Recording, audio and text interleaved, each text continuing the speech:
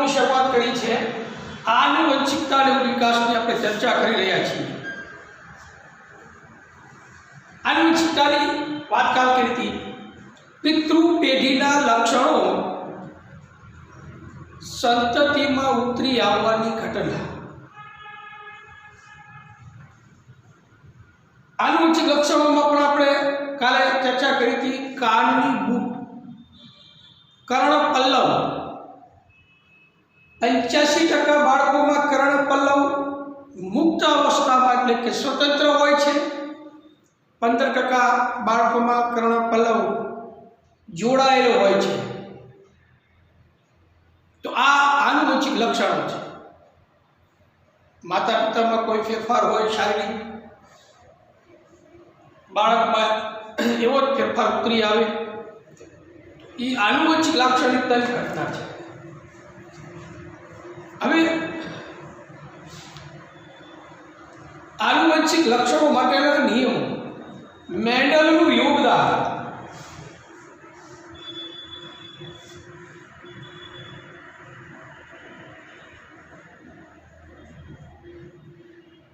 આનુવંશિક લક્ષણો માટેના નિયમો।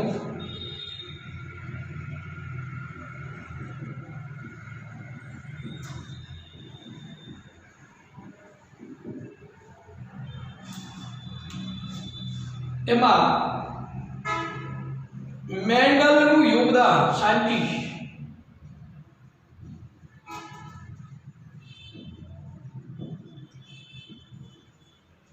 યોગદાન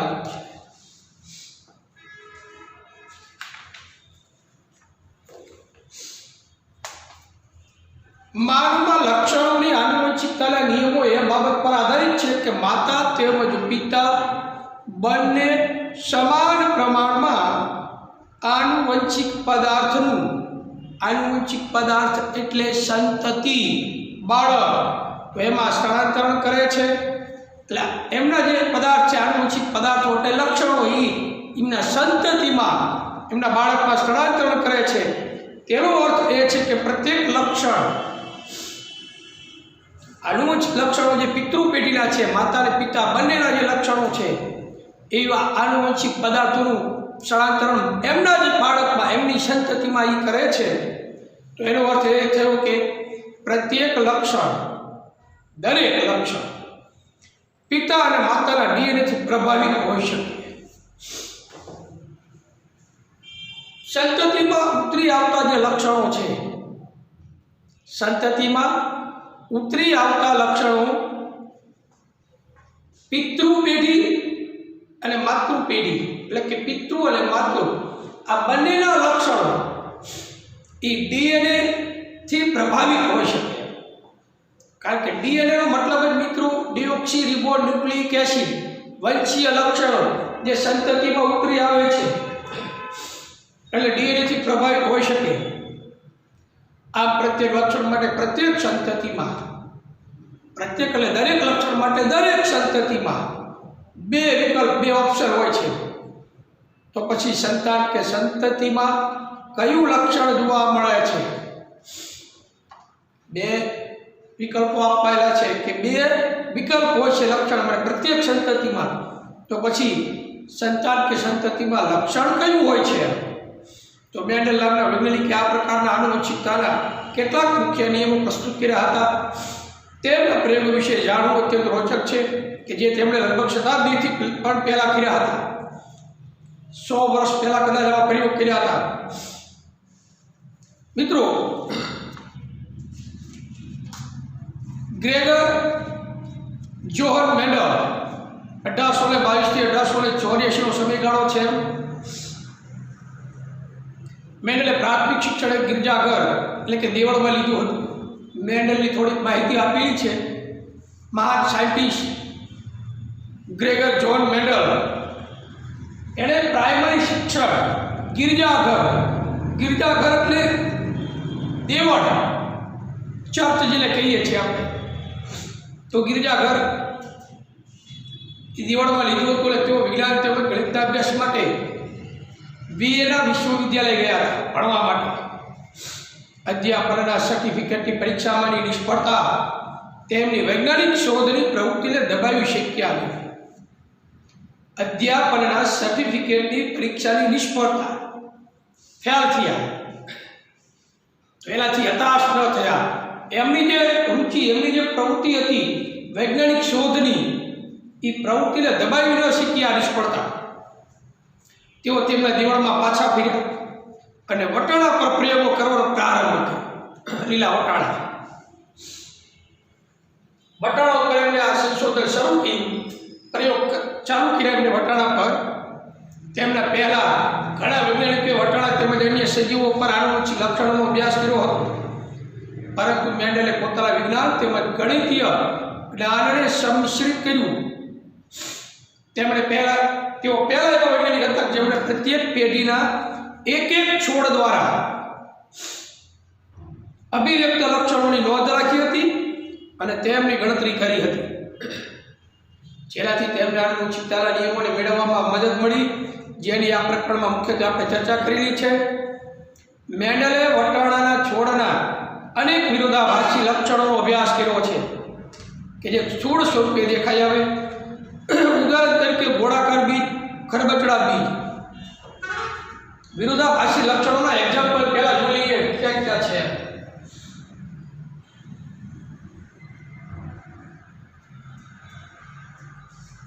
વિરોધાભાસી લક્ષણ.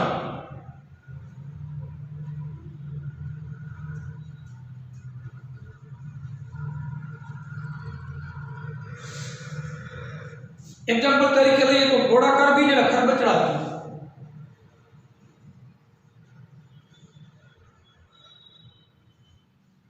ગોળાકાર બીજ,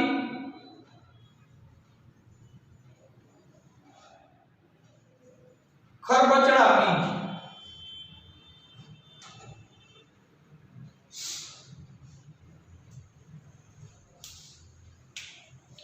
બીજું ઊંચો છોડ, નીચો છોડ.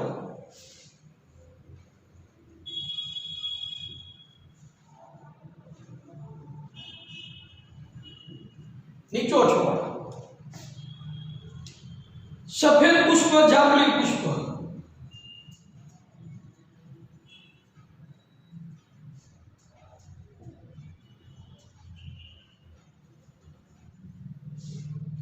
જાંબલી પુષ્પ. આવી રીતે વિરોધાભાસી લક્ષણો મેન્ડલે લીધા. બે અલગ અલગ છોડ એક જ જાતિના. પ્રયોગ વટાણા છોડ પર શરૂઆત કરી. જેમ કે એક ઊંચો છોડ અને નીચો છોડ, તેનાથી પ્રાપ્ત બાળ પેઢીમાં ઊંચા તેમજ નીચા છોડની ટકાવારીની ગણતરી કરી. પ્રથમ બાળ પેઢી અથવા F1 પેઢીમાં કોઈ પણ છોડ મધ્યમ ઊંચાઈના ન હતા. આકૃતિમાં તમે જોઈ શકો છો. ઊંચા છોડ માટે કેપિટલ ટી, વામન છોડ માટે સ્મોલ ટી લીધું છે. ઊંચો છોડ અને વામન છોડ, વામન એટલે નીચો છોડ, બેનું સંકરણથી જે પ્રથમ પેઢી પ્રાપ્ત થઈ એમાં બધા જ છોડ કેવા મળ્યા? બધા જ છોડ ઊંચા મળ્યા. પણ નીચે લક્ષણ જુઓ કે કેપિટલ ટી અને સ્મોલ ટી છે. કેપિટલ ટી એટલે પ્રભાવી લક્ષણ કહેવાય, જે દેખાતું હોય, અને સ્મોલ ટી પ્રચ્છન્ન લક્ષણ કહેવાય, જે હોય ખરું પણ દેખાય નહીં લક્ષણ, એવું છુપાયેલું લક્ષણ.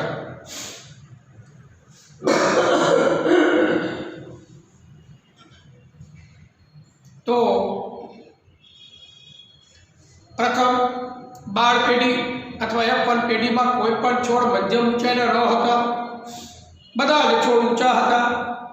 એટલે એનો મતલબ એવો ન થયો કે એમાં વામન લક્ષણ નહોતું.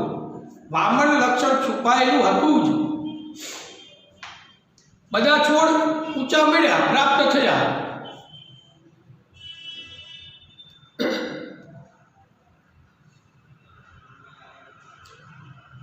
હવે આનો અર્થ એ થાય કે બે લક્ષણોમાંથી માત્ર એક જ પિતૃ લક્ષણ જોવા મળે છે. આ બંને લક્ષણોની મિશ્ર અસર પણ જોવા મળતી નથી. તો હવે પછીનો પ્રશ્ન એ થાય કે શું F1 પેઢીના બધા જ છોડ પોતાના પિતૃ જે ઊંચા છોડ પૂર્ણ રીતે સમાન હતા. મેન્ડેલા પ્રયોગમાં 2 પ્રકારના પિતૃ લક્ષણો ધરાવતા છોડ તેમજ F1 પેઢીના બધા જ છોડ સ્વપરાગનયન દ્વારા ઉગાડવામાં આવ્યા હતા. આપણે પરાગનયન આગળના ચેપ્ટરમાં ભણી ગયા. પરપરાગનયન અને સ્વપરાગનયન. સ્વપરાગનયન એટલે જે તે પુષ્પના સ્ત્રી કેસરની પરાગરજ પુકેસરના પરાગાસર પર સ્થાયી થાય, એટલે પુકેસરની પરાગરજ સ્ત્રી કેસરના પરાગાસર પર સ્થાયી થાય એ જ પુષ્પલા એને સ્વપરાગનયન કહેવાય. પણ એક પુષ્પમાંથી બીજા કોઈ પુષ્પ ઉપર જો સ્થાયી થાય તો એ પરપરાગનયન કહેવાય. તો અહીંયા સ્વપરાગનયન દ્વારા ઉગાડવામાં આવ્યા હતા. પેઢીલા છોડથી પ્રાપ્ત બધી સંતતિ પણ ઊંચા છોડની હતી, પરંતુ F1 પેઢીલા ઊંચા છોડની બીજી પેઢી એટલે કે F2 પેઢી નીચે તમે જોઈ શકો છો. આ બંને ઊંચા છોડ capital T small t capital T small t બેનું સંકલન કર્યું ને તો 75% છોડ ઊંચા બન્યા અને 25% છોડ નીચા એટલે કે વામન બન્યા. બીજી પેઢીએ F2 પેઢીલા બધા છોડ ઊંચા હોતા નથી, એટલે કે તેમાંના 1/4 સંતતિ નીચા છોડની હતી. 1/4 છોડ અને 25% છોડ નીચા છોડની હતી.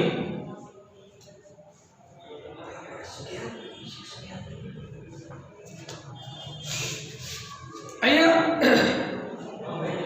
1/4 ભાગ એટલે 25% છોડ નીચા હતા ને 75% એટલે 75% છોડ ઊંચા હતા.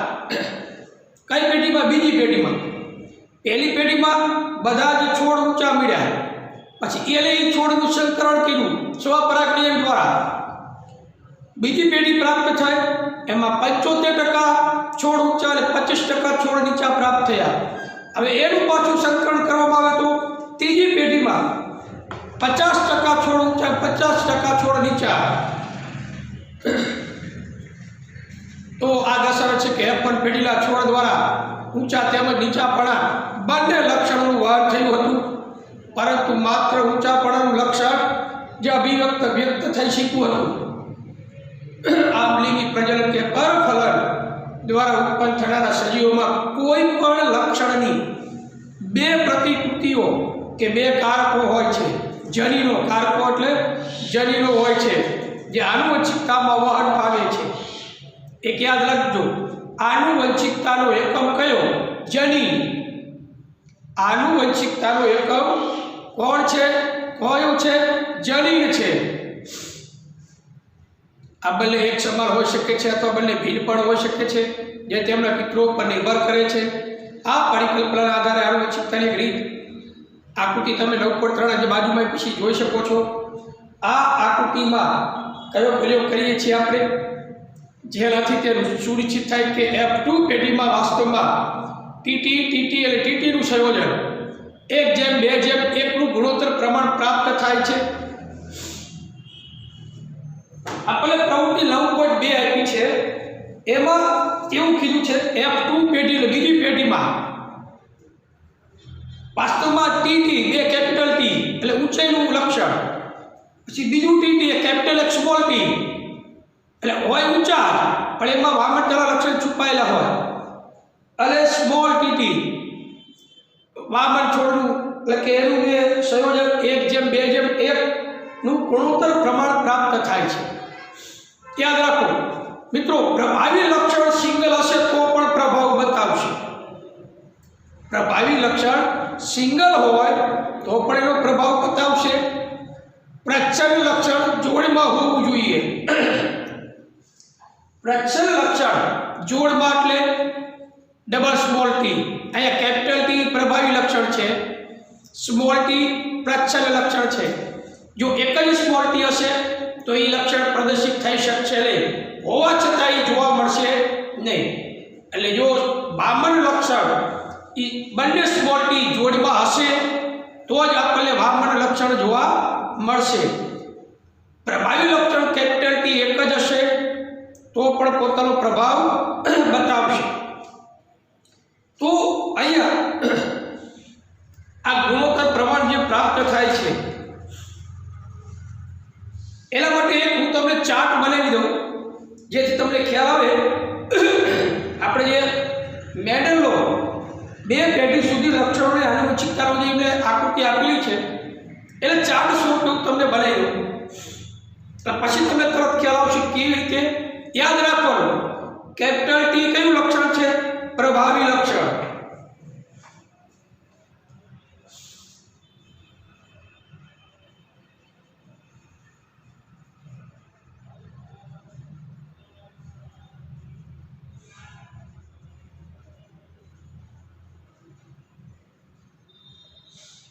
પ્રચ્છલ લક્ષણ આ યાદ રાખવાનું કેપિટલ ટી સિંગલ હશે તો એ પોતાનો પ્રભાવ બતાવશે સ્મોલ ટી જોડ હશે તો જ પ્રભાવ બતાવી શકશે એટલે સ્મોલ ટી સિંગલ હશે તો એનો પ્રભાવ બતાવશે નહીં તો મિત્રો અહીંયા આપણે આ પ્રવૃત્તિ જે આપી છે મેડલનો પ્રયોગ એવું દર્શાવે છે કે ઊંચા છોડ માટે જલીય સ્વરૂપ ટી કેપિટલ ડબલ ટી અથવા એક કેપિટલ અને સ્મોલ ટી જ્યારે નીચા છોડ માટે જલીય સ્વરૂપ ડબલ સ્મોલ ટી છે તે દર્શાવે છે કે જલીય કેપિટલ ટીની હાજરી છોડમાં ઊંચાપણાની અભિવ્યક્તિ માટે જવાબદાર છે જ્યારે પ્રભાવી જલીય કેપિટલ ટીની ગેરહાજરી અને ડબલ સ્મોલ ટી જલીય નીચાપણાનું લક્ષણ વ્યક્ત કરે છે આથી વટાણાના છોડમાં ઊંચાપણાનું લક્ષણ પ્રભાવી કહેવાશે પ્રભાવી લક્ષણ કેપિટલ ટી એટલે કયું લક્ષણ ઊંચાપણું ઊંચો છોડ અને આ નીચો છોડ તો ઊંચા છોડ માટે પ્રભાવી લક્ષણ કેપિટલ ટી ગણાશે નીચા છોડ માટે પ્રભાવી લક્ષણ છે સ્મોલ ટી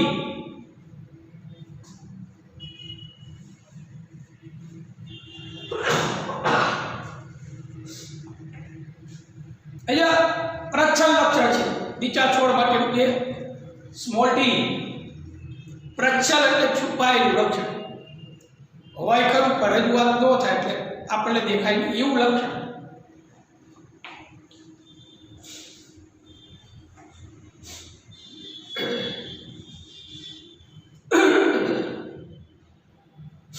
કાલે મેં તમને પીડીએફ મોકલાવી હતી એમાં પહેલો અને પાંચમો પ્રશ્ન લખવાનો હતો બાકીના પ્રશ્ન એટલા માટે આપ્યા હતા તમે વાંચો તમને ખ્યાલ આવે કારણ કે આપણા પોસ્ટમાં ભલે ન હોય પણ રજૂઆત મેં એટલે કરી હતી હવે આપણે જોઈએ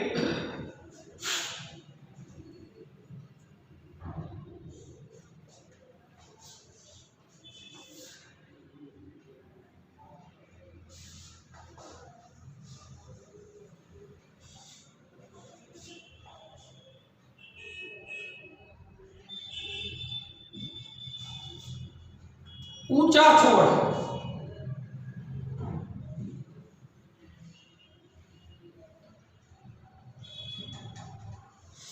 નીચા છોડ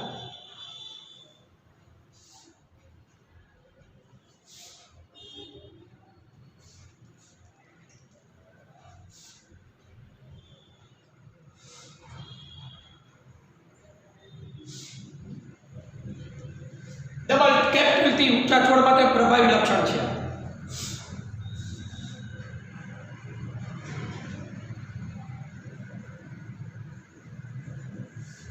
સ્મોલ ડબલ ટી નીચા છોડ માટે પ્રભાવી લક્ષણ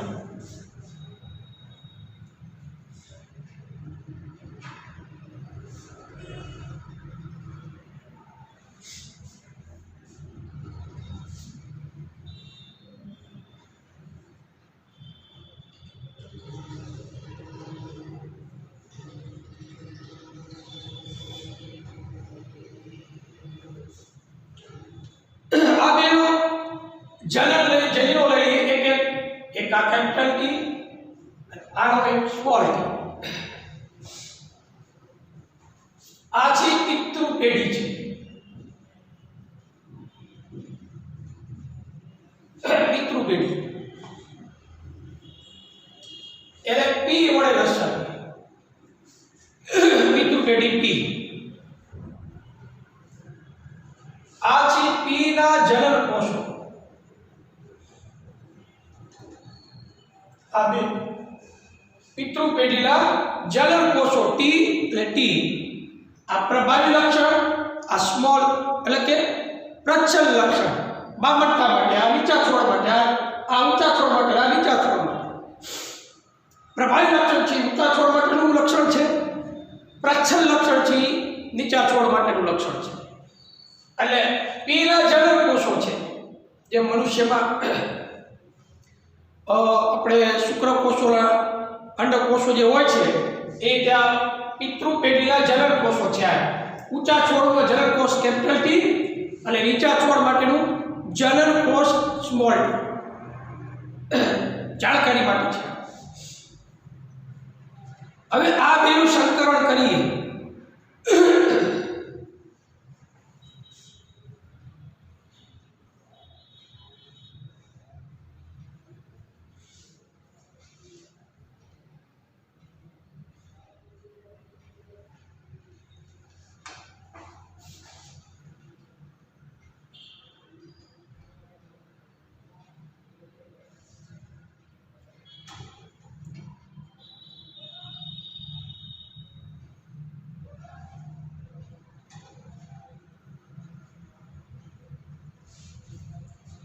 આ બેનું સંકરણ કરીએ તો શું બને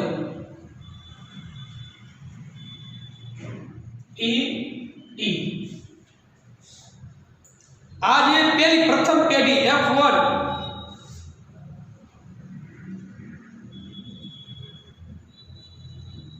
આ સંતતિ F1 પેઢી પેલી પેઢી મળી તો આ બધા છોડ કેવા હશે આમ એક લક્ષણ કેપિટલ છે મતલબ ઊંચા છોડ मतलब ये थयो कि બધા જ છોડ ઊંચા થયા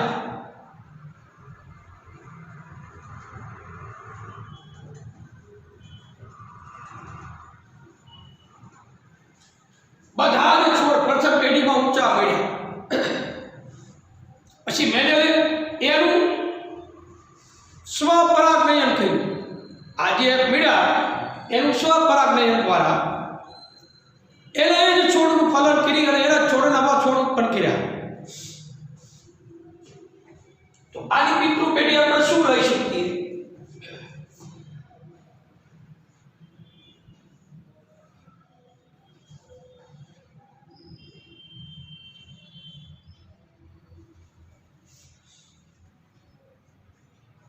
ટી બે જ હરખા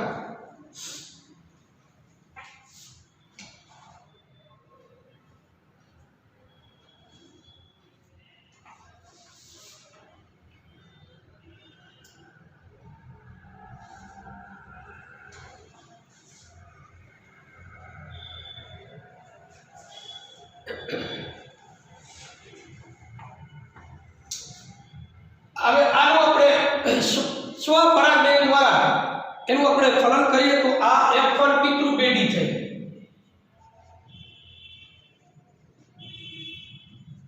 બરોબર હવે એનું આપણે અર્ધીકરણ થી સ્વફલન કરીએ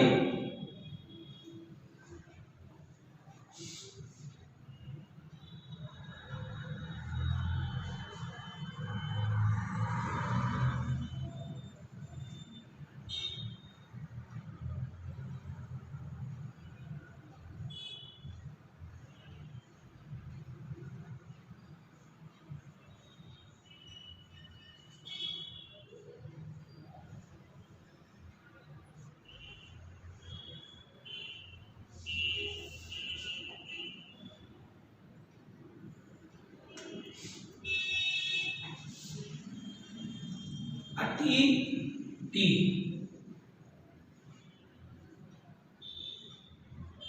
बराबर बे आना F1 ना जन्युओ छे जनन कोषो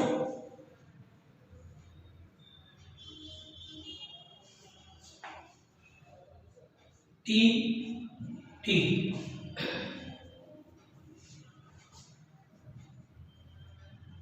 F1 ना जनन कोषो प्रथम पेढ़ीना जनन कोषो आ जनन कोषो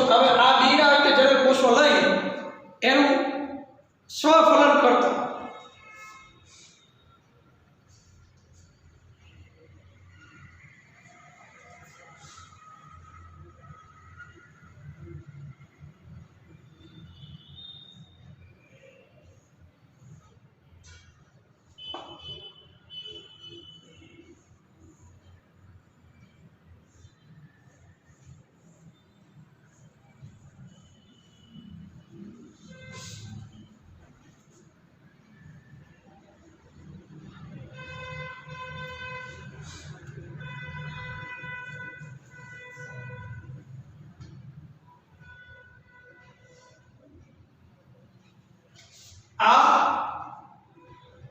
આનો ડી આના ડી સાથે જોડાય.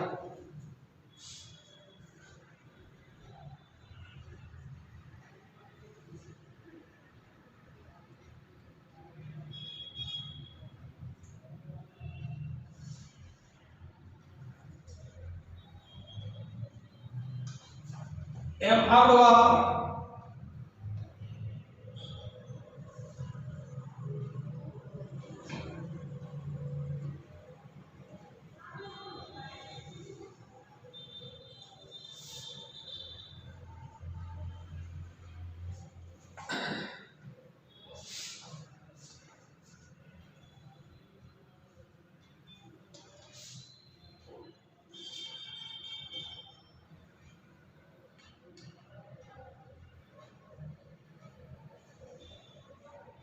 એક ટી આઈ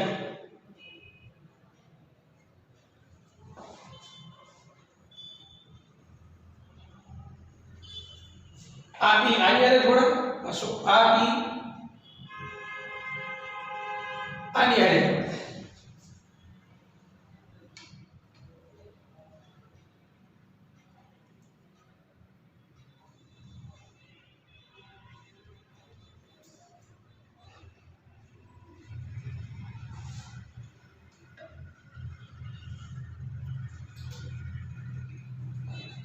जोड़ा बीजो અહીંયા જોડા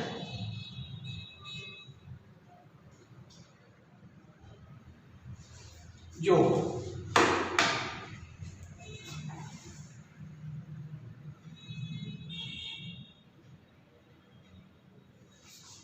આ ટી સાથે જોડાય જો બે એરા છે એટલે શું બને ટી ટી આ છોડ કેવા છે ઊંચા છે આ ટી અહીંયા જોડાયો અને આ small T like T T small બની આ સ્મોલ ટી ના કેપિટલ ટી એટલે ઈ પણ આ રીતે ટી ટી એટલે આયા બે સ્મોલ ટી તો તમે જોઈ શકો છો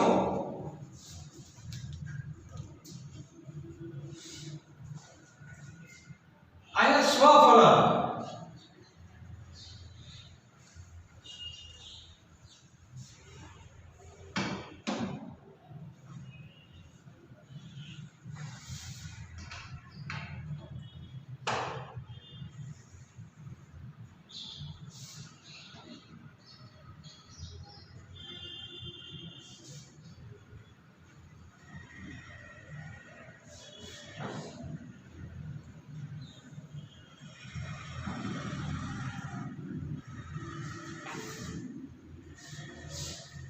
આ ત્રણ છે જો આમાં કેપિટલ ટી આમાં કેપિટલ અને આમાં કેપિટલ એટલે આ ત્રણે કેપિટલ ટી છે તો એનો મતલબ એ થયો કે ઈ ત્રણ ઊંચા છોડ છે આ ત્રણ રે ઊંચા છોડ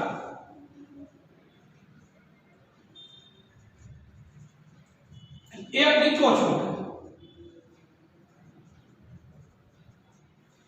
मतलब શું થયો 75%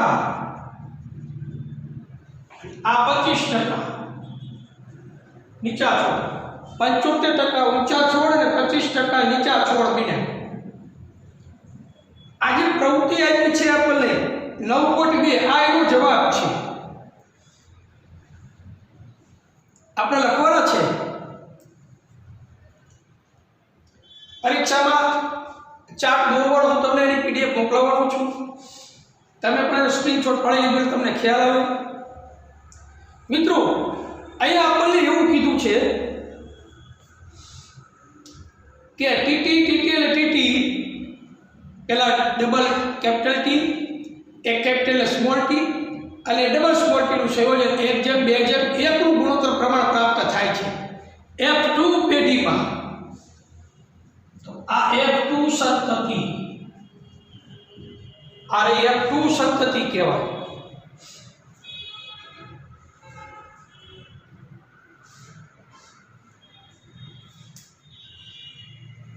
તો એનો ગુણોત્તર લેવો હોય ગુણોત્તર કીધો આપણને તો કેપિટલ ટી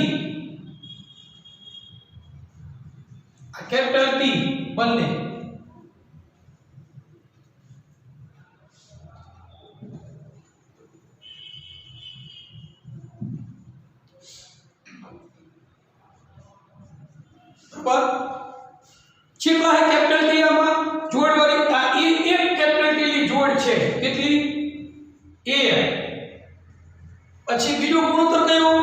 એક કેપિટલ અને સ્મોલ ટી,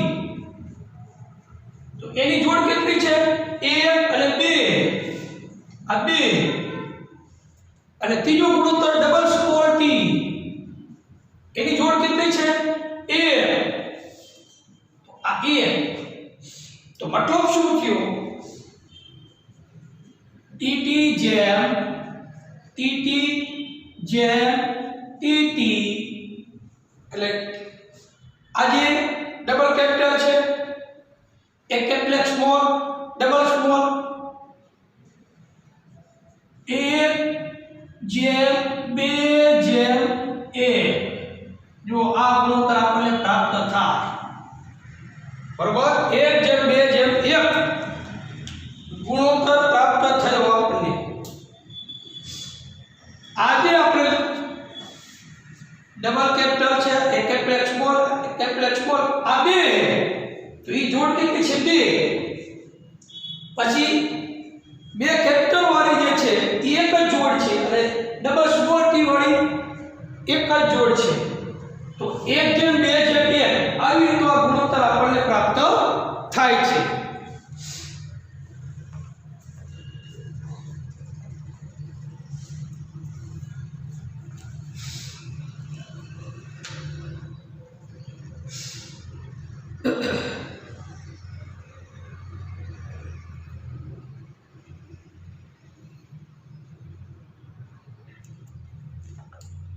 ખ્યાલ આવ્યો?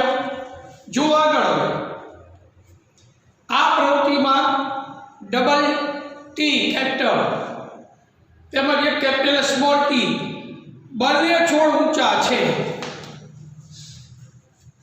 આ છોડ ઊંચા, અમે કેપિટલ છે પ્રભાવી લક્ષણ, એટલે આ છોડ ઊંચા, અમે તે કેપિટલ એટલે સ્મોલ, આ છોડ ઊંચા, આમાં બંને ટી સ્મોલ છે, એટલે આ છોડ નીચા, મતલબ 75% આ 3 છોડ ઊંચા પડ્યા, આ એક છોડ 25% છોડ નીચા પ્રાપ્ત થયા.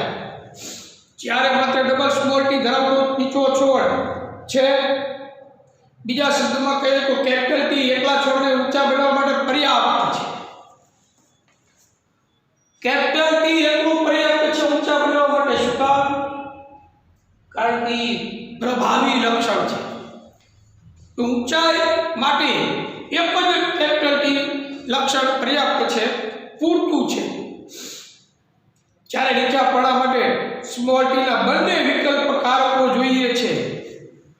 જો વામન છોડ બનાવવા હોય એટલે નીચા છોડ રાખવા હોય તો સ્મોલ ટી સિંગલ ચાલશે નહીં, સ્મોલ ટી ની જોડી જોઈશે, એટલે કે ડબલ સ્મોલ ટી હશે તો જ નીચા છોડ માટે એટલે કે નીચા પડવા માટે સ્મોલ ટી ના બંને કારકો, બંને વિકલ્પ કારકો જોઈશે તો જ નીચા છોડ પ્રાપ્ત થશે. તો ટીક કરી લો. કેપિટલ ટી ધરાવતા લક્ષણને પ્રભાવી લક્ષણ કહેવાય. કયું લક્ષણ કહેવાય? કેપિટલ ટી ધરાવતું લક્ષણ. કારણ કે એક લક્ષણ હોય તો પણ છોડ ઊંચા બને છે, તો મતલબ એ પ્રભાવી લક્ષણ કહેવાય. જ્યારે જે લક્ષણ સ્મોલ ટી સાથે સંકળાયેલ છે, સ્મોલ ટી પ્રચ્છન્ન લક્ષણ કહેવાય, એ અપ્રભાવી કે પ્રચ્છન્ન લક્ષણ છે, એ પ્રભાવ બતાવી શકતું નથી, એટલે અપ્રભાવી કે પ્રચ્છન્ન લક્ષણ કહેવાય છે. આકૃતિ 9.4 માં કયું લક્ષણ પ્રભાવી છે અને કયું લક્ષણ પ્રચ્છન્ન છે એની આપણને માહિતી આપો એમ કહે છે. આકૃતિ 9.4 એટલે અહીંયા તમને પુષ્પ આપ્યા છે, જાંબલી પુષ્પ અને સફેદ પુષ્પ, પછી જાંબલી પુષ્પ મળે છે, પછી નીચે એનું સ્વફલન કરતા પાસે 3 જાંબલી એક સફેદ મળે છે. પહેલી પેઢીમાં જાંબલી પુષ્પ મળે છે, બરાબર. બીજી પેઢીમાં 3 જાંબલી અને એક સફેદ પુષ્પ પ્રાપ્ત થાય છે. તો તમે મને કહી શકશો કે એમાં કયું લક્ષણ પ્રભાવી અને કયું લક્ષણ પ્રચ્છન્ન છે? કોઈ બતાવી શકશે મને?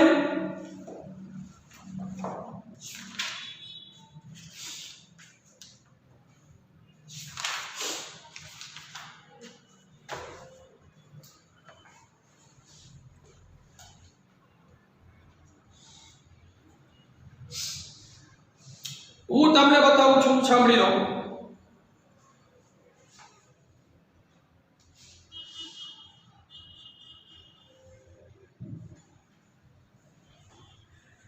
આ વિરોધાભાસી લક્ષણો લીધા છે.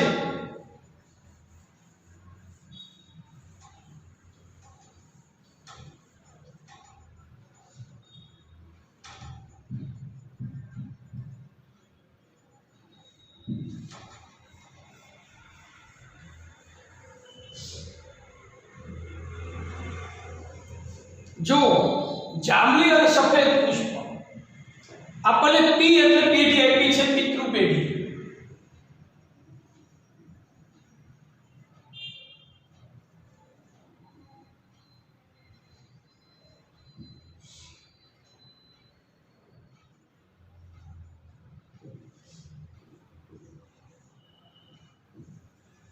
બરાબર. જાંબલી પુષ્પ અને સફેદ પુષ્પ પહેલી પેઢી છે.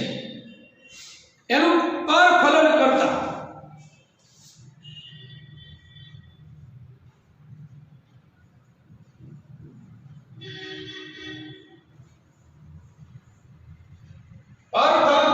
બધા જ પુષ્પો આપણને જાંબલી પ્રાપ્ત થાય છે.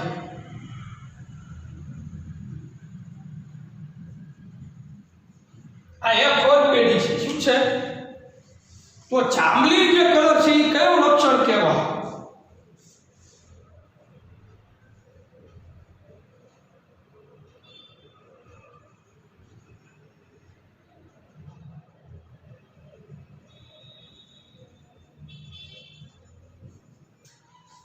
જાંબલી પુષ્પ પછી પ્રભાવી લક્ષણ થયું. કયું લક્ષણ થયું? પ્રભાવી.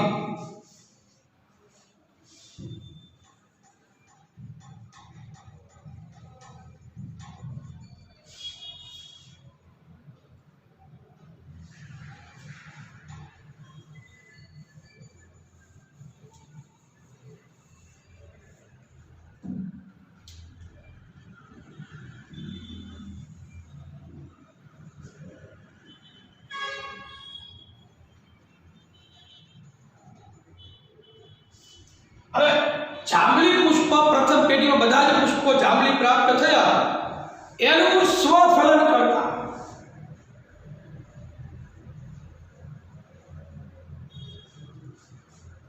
અલગ અલગ આપણને પ્રાપ્ત થાય છે.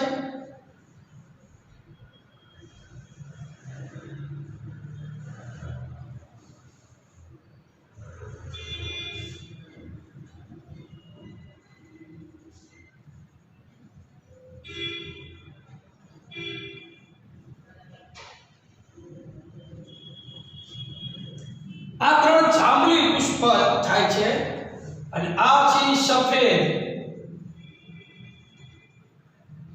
પુષ્પ બને છે. 1 2 3 આ 4.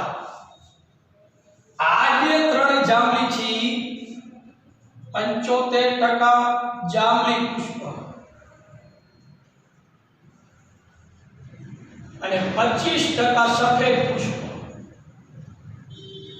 તો આની જેમ આપણે જવાબ આવડે ને, આપણે શું પૂછ્યું છે કે કયા પ્રચ્છન્ન લક્ષણ કહેવાય, કયા પ્રભાવી લક્ષણ કહેવાય? તો હું તમને લખી દઉં કે જાંબલી પુષ્પ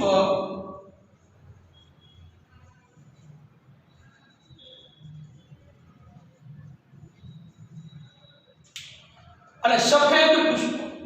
જાંબલી પુષ્પ પછી પ્રભાવી લક્ષણ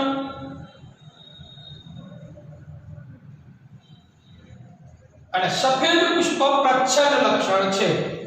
ખ્યાલ આવ્યો? કેવી રીતે કે જાંબલી પુષ્પ અને સફેદ પુષ્પનું પહેલા પરફલન કરીએ એટલે પ્રથમ પેઢી આ બંને પિતૃ પેઢી છે, એમનું પરફલન કરીએ એટલે પ્રથમ પેઢી જ્યારે પ્રાપ્ત થાય તો પહેલી પેઢીમાં જે લક્ષણો પ્રદર્શિત થાય એ પ્રભાવી લક્ષણ હશે.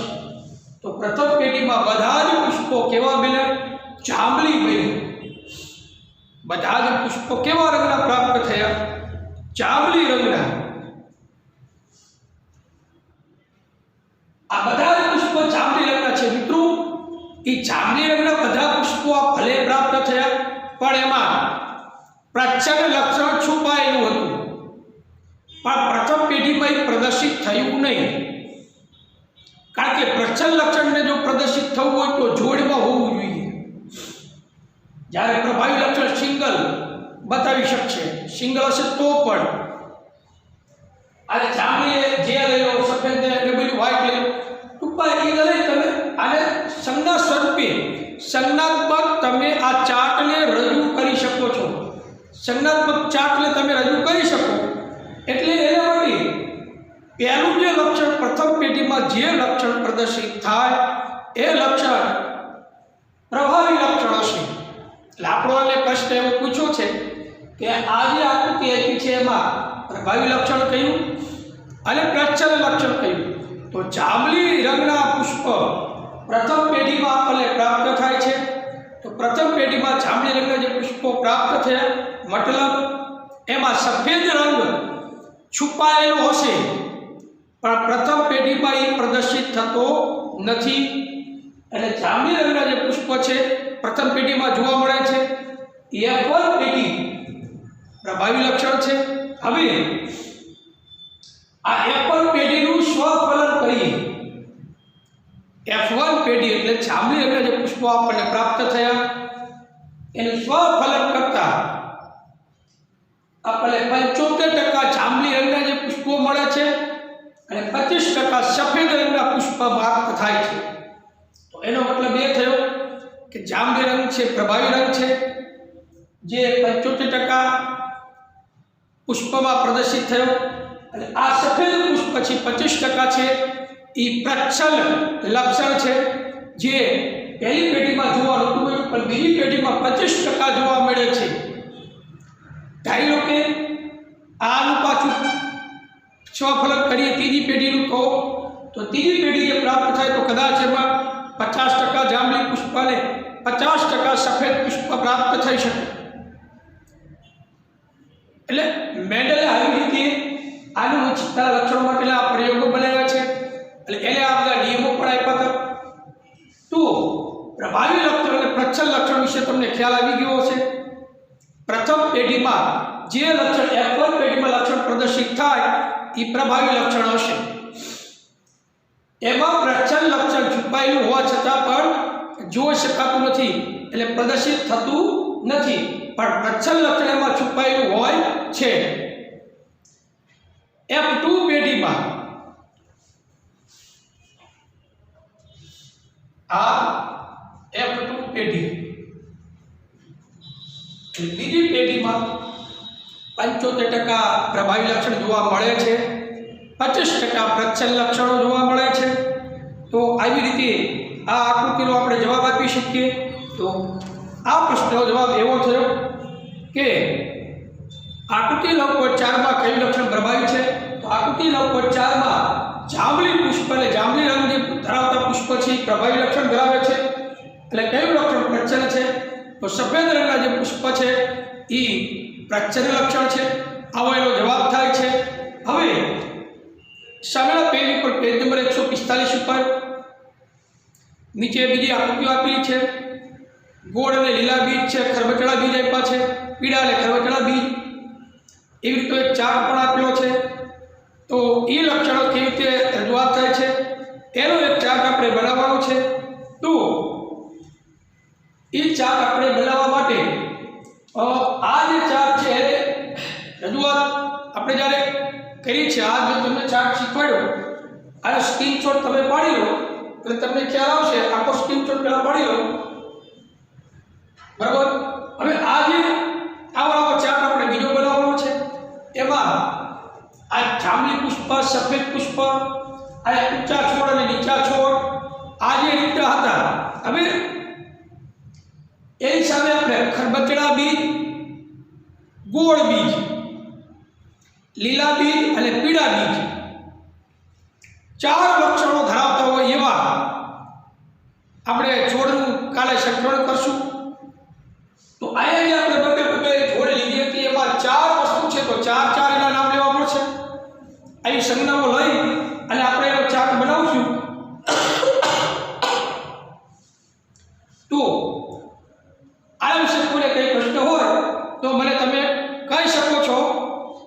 અમે કોઈ કંઈ પ્રેક્ષર હોય તો આપણે અહીંયા પૂર્ણ કરીએ. નમસ્કાર.